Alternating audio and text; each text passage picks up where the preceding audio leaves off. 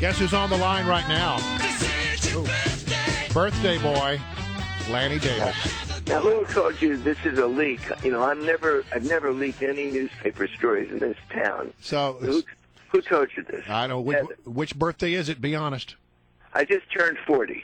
Yeah, right. It's like maybe the 20th anniversary of your 40th you birthday. I was just going there. Honestly, President Bill Clinton said all of us who were born in the 1945s, the baby boomers, I was born in 45, so I'm turning 68. I am 68. I'm turning. We're actually 48 because Bill Clinton says that medical science means we're 20 years younger, and I believe everything Bill Clinton. Yeah, right. Well, that's what got you into trouble, Lanny. Well, Lanny, you look pretty good for your. I must tell you, I've seen you on TV quite a bit. You look pretty good. You look well. You look well. Thank you. All right, listen. We've been talking about this budget deal and talking about the fight among conservatives about whether or not they should support the Ryan budget plan. But the Democrats are not happy with this plan as well. Some are saying, well, it doesn't include any extension of unemployment benefits. What do you say to that, Lanny? Well, I'm going to mess up and get everybody angry, which is what I usually do on this program.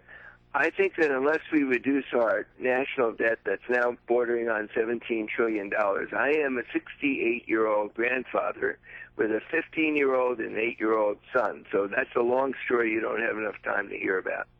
But my 15-year-old and 8-year-old son are watching this government and you and me use credit cards to pay for everything. Credit cards.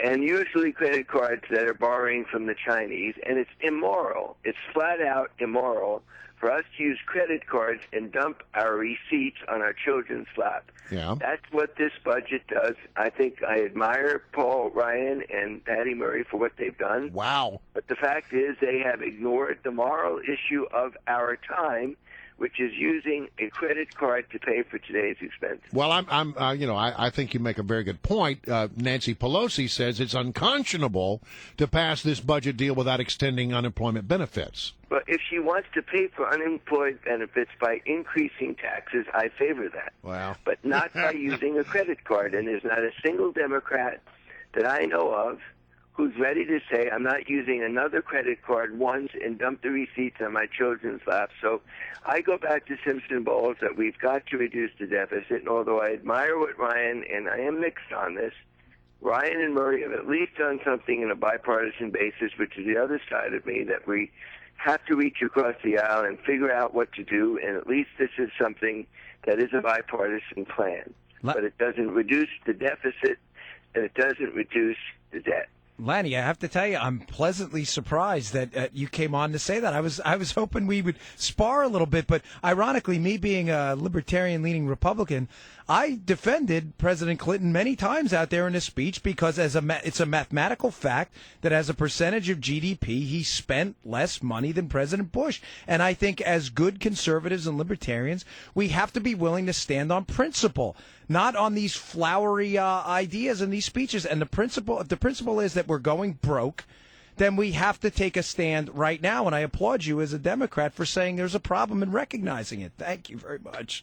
Well, listen, I have to remind you that in 1993, Bill Clinton raised taxes and cut spending and managed to get everybody angry with him, but no Republican supported that budget plan, and 23 million new jobs later and a 65% approval rating when he left office, he proved that you could be a fiscal conservative and a liberal on social issues, and that's the combination that where most Americans are. But I don't want to take away from the hard work that Paul Ryan and Murray did that at least gave us a bipartisan compromise.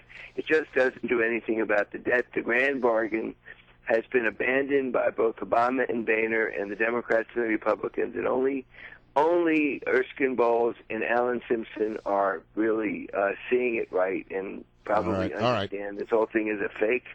and doesn't really do anything about the national debt. Look, we're talking about the battle that the Republicans are having over the budget. The Democrats are eating their own as well right now, and it has to do with whether or not they should support Obamacare. And Mary Landrieu just ran a spot down in Louisiana saying, well, this is the president's problem. I had nothing to do with this particular problem. Now, the president needs to fix it. I have a plan to fix it. But no, this Obamacare disaster is the president's problem. And yet you have Democrats who are saying, oh, no, we're going to run with Obamacare. We're going to run for re-election Obamacare. I don't think that that's going to work out so well for them, Lanny. Well, I support national health insurance, and I support the concept of Obamacare, and I support the individual mandate, and I support making sure that people don't go to bed at night and their children end up at the emergency rooms rather than having medical care. So that's my position, but I do agree we have messed up. We need to fess up, hit the reset button, and try to reach out to Republicans to fix this thing.